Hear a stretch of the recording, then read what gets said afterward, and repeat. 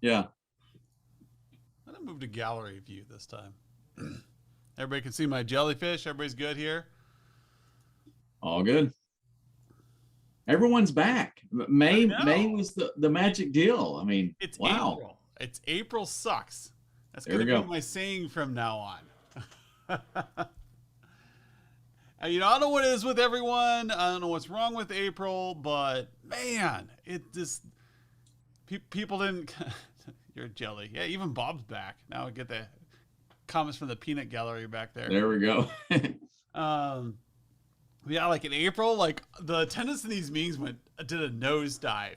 Like they were really high in March, and they did a nosedive, and then they came back in May, and Yep. everybody's back again. It's just weird. Like everything went radio silent. I think from now on, I'm just gonna plan all my vacations in April because every year, for some reason, April is dead silent. Like no one Yep. emails, no one calls, no one messages. So I even tried to entice some new members. Like, hey, if you guys start in April, you get special treatment because we're bored. I don't know about bored, but anyway, yeah, Okay, okay. let's stretch a bit. So we're in service audit quarter. Maybe that's why everybody's staying away. They don't want to talk about service audits. They don't want to learn how to do that stuff. They just want to work on technology and be done. But this week we're kind of talking through educational service audits. I believe we talked about just through generic ones last week, and in the email I even said, well, let me close out of all this crap here. In email I even said like May has a specific purpose in our year, and I remember in corporate IT I had to hammer this into people's heads. Now, in some government positions, I didn't have to work as hard to talk about it because you all had to prepare your fiscal year budgets at this point. But people tend to get to May and think, oh, I got to plan my vacations for the summer, which I did. I've already planned out most of my campsites. I've reserved them all out through October, and I got some great trips. For those of you in the cities, so I'm just judging all of you, especially those of you maybe overseas who are not aware of an activity in the Midwest that the rest of you are at a loss on is tanking. Skip, do you know what tanking is? Tanking. You take a cattle tank, Oh, throw a cooler in it with a bunch of beer or soda, and you get a bunch of your friends in lawn chairs. You sit it in the You sit the tank in the water with the cooler. You sit your lawn chairs in the tank, and you float down a river and drink soda. yep. We just use inner tubes and we float the coolers behind us. Evidently, some people figured out that the tanks float just fine because Nebraska has a ton of rivers, and you can just float. And this way, you can sit in a chair rather than sitting in the tube and getting all wrinkly. There we go. So, anyways, All right. got a couple of those trips planned in summer. But the point is, I got a little sidetracked there. May isn't just for planning vacations. May is a planning month. It is a month when you need to start taking inventory of things just like you do at the end of the year. And people forget this. And if you don't do this every year, if you don't put on your calendar, plan this month, then you are going to find yourself in October having a panic attack Yeah. because you're going to hit the end of the year and be like, crap, did I get my objectives done? I have my team goals. I've got my personal goals I need to get done throughout the year. You're going to get to November and think, crap, what? I got to get all this done, which is great for me because people love to sign up for software in November. It's a big month. It's fantastic. It's the opposite of April. It gets really busy. Everybody's asking for questions. Everybody's asking for training. And it's fantastic. But it's going to take you a good 2 to 3 months to get those things aligned. And now you're back into February and January. So if you start this behavior in May, planning service audits and planning on what you're going to do with your clients, then you can get this done during the summer months when you have a lot of change windows available. And that will relax you in fourth quarter to focus on closing out accounts, closing out projects, and getting revenue planned for the next year. Otherwise, you're going to end fourth quarter trying to squeeze all your projects and all your services together, and you don't have time to plan 2023, and you get to 2023 and you're in the same stinking boat. You're going and you're break fixing and you're putting up fires. If you're putting up fires all the time, it's because you're not planning in May. Now, let me set expectations on services too. Remember, in the humanized IT framework, the services pillars is focused on how they're using technology. So if we did our architecture assessments last quarter, now we know what solutions are in place. And this quarter, we can look how to best use them. So, another category or, title for this would be best practices audits. So that's what they can be called, BPAs. If we know what's in there, and you can stage these up. So we did architecture audits in Q1. You may still have those projects running. And now you can really start to build some momentum there. So if you had a project that was implementing a particular solution, you got that approved with your clients in Q1, Q2 may be the implementation phase. Don't wait until it's already done to begin the next phase. Start planning that out with the understanding of Mr. Customer. We're installing this solution now. It's going to give you the ability to do X, Y, and Z. Our standard example in this is always password management because it's so simple to understand. Architecture-wise, you have to have a password management solution before you can implement the services that a password management policy or best practices would afford you. So make sure you're getting the alignment here. But yes, right now, we need to make sure that we're using all the technology that our clients have. And we did the architecture assessment. We know what's there. Let's make sure it's being used properly. And this is one of those areas where I think sometimes we get stuck in, or we kind of get beat up by ourselves in scope creep. So if you sold a solution to a client, you want to make sure you're delivering on everything that was promised. Is the solution just installing it, or is it getting it set up and run properly? Yes, that's it. But let's use the services to make sure that we're going to define the expectations of the client. I would run into this personally many years ago. We were a big Cisco telephony partner. And so we would install these, great solutions, but we'd get all done. The project's looking great. I'm happy. We've come in under our numbers. And then the client calls us up and goes, hey, that automated attendant that someone mentioned, we really want to do that. We've changed our mind, or we've decided we want to do this automated attendant. And here are the 15 trees that I want implemented, and they're all expected to be done under the implementation of the phone system. Well, that was out of scope. But, getting the understanding of what do you want to do with this technology and narrowing that down can either one, dramatically decrease your scope creep. Wait, I didn't say that right. Scope creep in your projects, or two, it can uncover additional professional services project. We're able to go back to a client and say, Mr. Customer, you've got this great solution that if we spend, X amount of hours, or, you give them a dollar amount, we can make it do all these fantastic things for you. And so that's where we really want to center around the services architecture. Yeah. And this collateral here is what I try to keep in mind when we're doing services. So when you're talking to different entities, they need different service levels. This is obvious.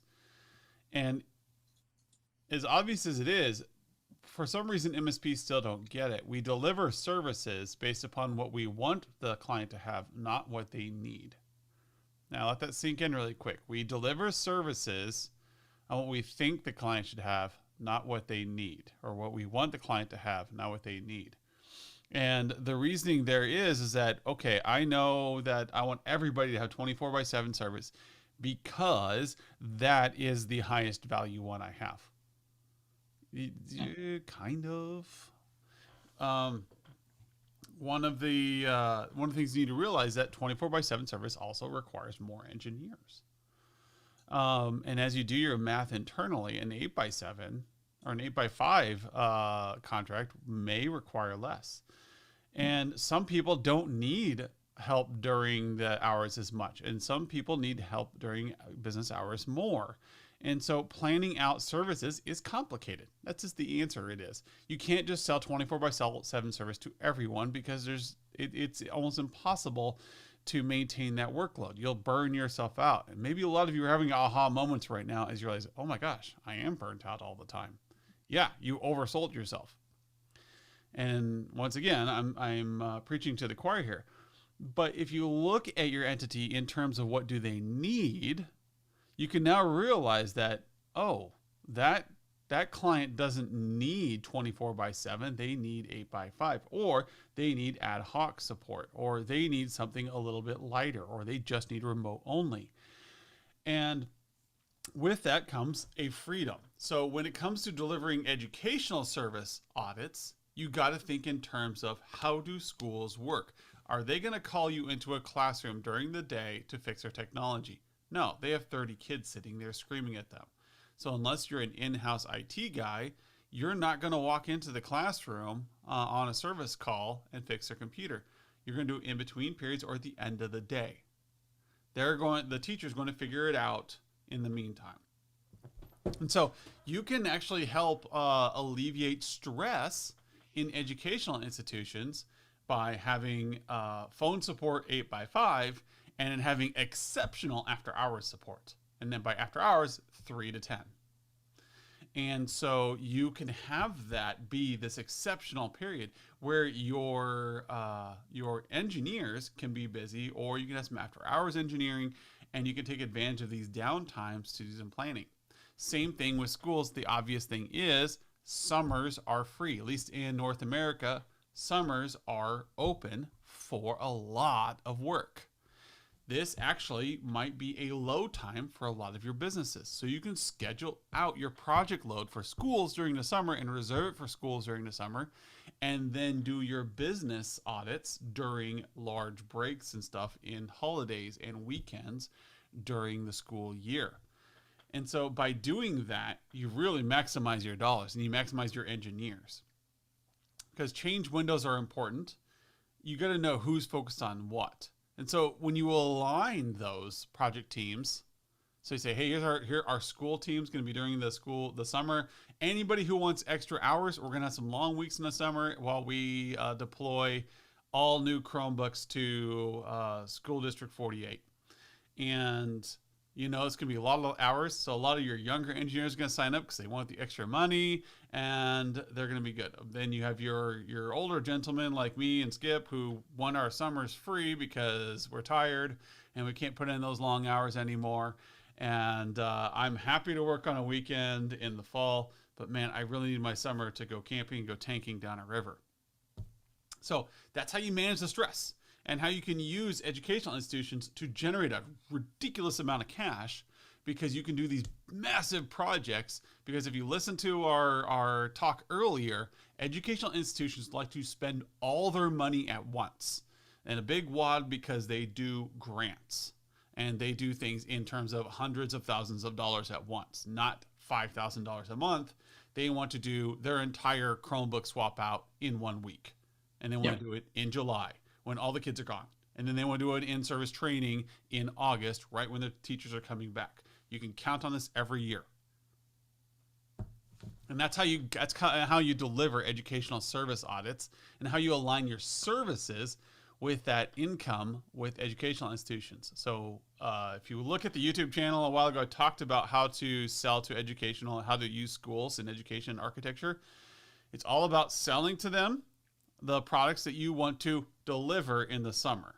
So you sell them the 1,000 Chromebooks in March, because that's when their grants are going to come available. And then you buy in May, you plan it out, and when you're going to deliver the Chromebooks and swap out all the old ones and retire them in July, and then you do your in-service in August, and you're done. And you can do this easily via the tool as well. You can do the project roadmap. You know that you have your delivery model here. Clear out your June, July, all for schools. So if you look down here and think, wow, who are all these people? Can I move these to another time of the year? Chances are yes. Especially cybersecurity stuff. People tend to like to do them in October. It's a cybersecurity awareness month. Now, while Adam's got this project roadmap up, let me give you guys another tip. Remember, I think a lot of times we look at the project roadmap just within the context of a client, all right? Because that's what we're focused on. That makes sense.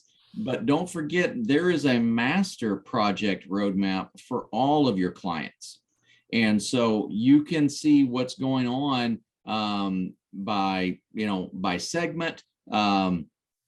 I'm sorry, not by segment, but by project statuses, but also by individual projects. So if you have a big push for installing Chromebooks, if that's a standard project that you have, you can filter those out. But anyway, however you want to slice and dice this will give you a bit of a window into when to plan these projects out. Remember, we're not a project management tool, but we are a very good project planning tool. So this is, getting these on the roadmap, getting these out for all of our clients. Our demo stuff just shows Humanize IT. But if you'll look at this within your portal, you'll see all of your clients in here. And you can see who's responsible for them and what are the things we're working on. If numbers are actually put into there, then hey, these are projects that we probably, really need to get closed up. We need to get the final quoting information done. If they're blank blue fields like that, and it needs to be done in this time frame, that's a good indicator that, hey, we need to get on top of this. The account manager needs to go off. We need to get a hard quote in front of these guys, or at least a soft quote, so we can get the project rolling. Anyway, there's a lot that you can do from a master project list by looking at this overall project roadmap. Yeah, and that's just what we want to look at with service. Focusing on service during May, focusing on your projects during May, you can line out the rest of the year. Like, look, this does not look like that big of a time. So we got 5, 6, 7, 8, 9. So it's like a short period of time here. That's September, people. Yeah. That's September. And so you got to rearrange these so they fit around your summer schedule, prioritizing schools or prioritizing clients that have a little bit harder time in the summer. In the summer is a really bad time to do some deployments because you need client interaction and, they're just not there. It's also a lower stress time for a lot of people, and it's a higher stress time for others because, man, kids are home, they're driving you crazy all day. But you can manage the stress, you can manage your project load, and you can deliver a much higher quality service without expanding your costs at all by simply taking May and aligning your services with your engineers and your clients. All you got to do is spend a couple hours in May and just look through this and say, what do I need to do now? And what can I put off till later? Who should I prioritize now? And who can I prioritize later? That way, at the end of the summer, you feel like you accomplished something. And you walk into the fall going, man, I have extra time now. Oh, my engineers aren't stressed out. We're actually relaxed now. What should we do? Man, let's think of some new projects for 2023 and let's see if we can't chase some more clients in 2023. Then all of a sudden you have a different flow. And yes, things do work this way. You'll see me every year rub it in December that Skip and I have not much to do because we designed it that way. It's not a mad rush for us in December because we spend May planning out what are we going to do? Where are we going to go? Who are we going to help out? So that when it comes to December, like, you want to go take a week off for Christmas? Take the week off because you deserve it. I mean, Bob just said something. He's so chatty back there. Where is the magical land where there are no stressed out MSP workers? Actually, it depends on the time of year. May's kind of stressful for us because we're busy planning. Yep. But the lower level stress. Now, I was in engineering for a long time, people. I haven't always been the well-adjusted, business owner that you see today.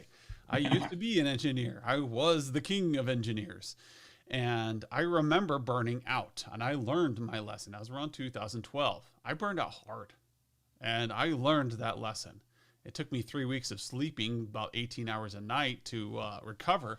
But once I did, never again.